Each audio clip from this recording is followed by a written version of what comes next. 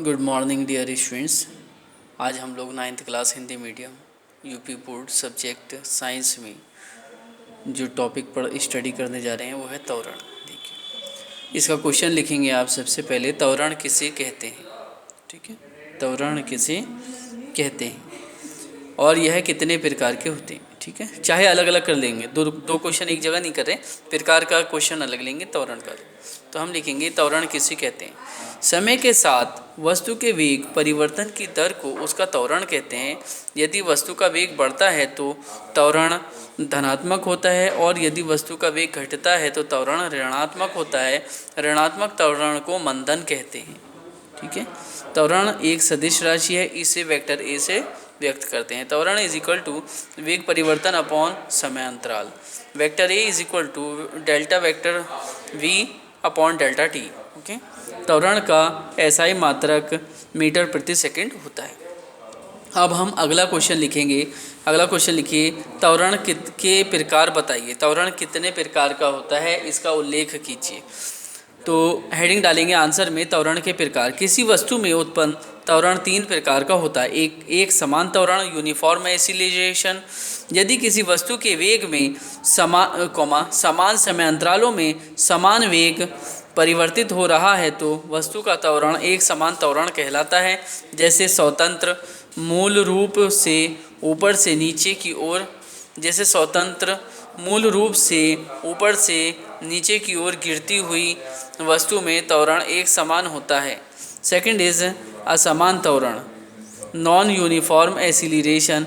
जब किसी वस्तु के वेग में परिवर्तन समान समय अंतरालों के लिए भिन्न भिन्न असमान हो तो वस्तु का त्वरण असमान त्वरण कहलाता है। जैसे भीड़ भरे बाजार में मोटर गाड़ी चलाते समय कभी मोटर गाड़ी की गति बढ़ाई जाती है तो कभी मोटर गाड़ी में ब्रेक लगाने पड़ते हैं। अतः ऐसे समय मोटर गाड़ी का त्वरण असमान रहता है। धनात्मक तथा ऋणात्मक त्वरण। यदि किसी वस्तु के वेग का परिमाण अर्थात वस्तु की चाल समय के साथ साथ बढ़ रहा हो तो वस्तु का त्वरण धनात्मक होता है। यदि वस्तु के वेग का परिमाण समय के साथ साथ घट रहा हो तो वस्तु का त्वरण ऋणात्मक होता है। ठीक है, देखिए इसके लिए हमें न्यूमेरिकल प्रॉब्लम फर्स्ट है। मीना अपनी साइकिल से पेडल लगाकर 8 मीटर प्रति सेकंड का वेग प्राप्त करती है और ब्रेक लगाती है तो 5 सेकंड में उसका वेग घटकर 4 मीटर प्रति सेकंड हो जाता है। साइकिल का त्वरण की गणना कीजिए। त्वरण बराबर is equal to U is equal to 8 kilometre प्रति सेकंड। ठीक है, प्रारंभिक गति। ठीक है, और अंतिम गति क्या है, 4 मीटर पर सेकंड वी। समय कितना है, 5 सेकंड। क्या बताना है हमें, त्वरण। तो त्वरण का फॉर्मूला है v minus U upon T. v is equal to 4 and u is equal to 8। तो 4 माइनस 8 अपॉन 5 माइनस 4 अपॉन 5 से माइनस के 4 को डिवाइड किया तो पॉइंट लगा करके 0 बढ़ा लेंगे तो 40 हो जाएगा। 5 8 40। तो a is equal to minus 0.8 metre पर सेकंड स्क्वायर। एक कार 2 सेकंड में 5 मीटर प्रति सेकंड से 15 मीटर प्रति सेकंड का वेग प्राप्त कर लेती है। यह मानते हुए कि कार निश्चित दिशा में एक समान त्वरण से गतिमान है। कार का त्वरण ज्ञात कीजिए। प्रारंभिक वेग कितना है, 5 मीटर पर सेकंड। अंतिम वेग कितना है, 15 मीटर पर सेकंड। समय कितना लग रहा है, 4 सेकंड। क्या फाइंड आउट करना है, त्वरण।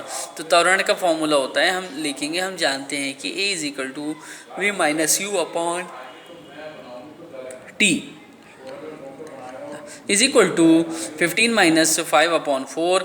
10 आए, 10 को 4 से डिवाइड किया, 2.5 मीटर पर second square. Okay dear students, इस वर्क को आप बहुत अच्छी तरीके से नीट एंड क्लीन नोट करेंगे और बहुत ही शानदार तरीके से लर्न करेंगे। आप लोगों के एनुअल हाफ ईयरली एग्जामिनेशन के लिए ये चैप्टर बहुत इंपॉर्टेंट है। आप इसे नीट एंड क्लीन नोटिफिकेशन के बाद लर्न करेंगे। ये आपका डे बाय डे वर्क है। ओके, तो इसमें क्या, इसमें त्वरण कैसा आया, ऋणात्मक त्वरण आया, और ये वाले में कैसा आया त्वरण, धनात्मक, क्योंकि इसमें कम हो रहा है उसका वेग और इसमें बढ़ रहा है। ओके, तो आप इसे बहुत अच्छी तरीके से नोट करने के बाद लर्न कर लेंगे, प्रैक्टिस कर लेंगे। Okay, thank you very much.